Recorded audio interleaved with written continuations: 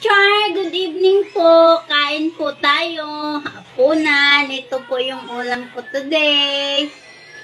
Uguang baboy. Laman ng baboy. At saka mayroon tayong peneretong bulad.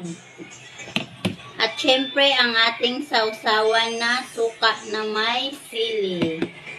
Kain po tayo. Tingnan natin ang dinuguan. Ang sarap ng dinuguan mga kachar.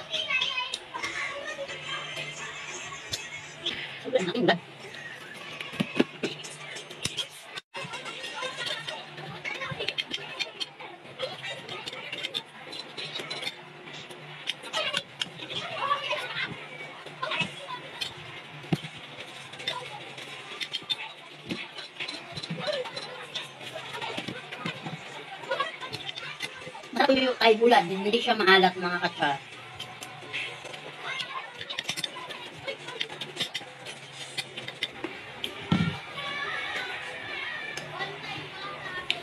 Thank you for watching po. Please subscribe my channel.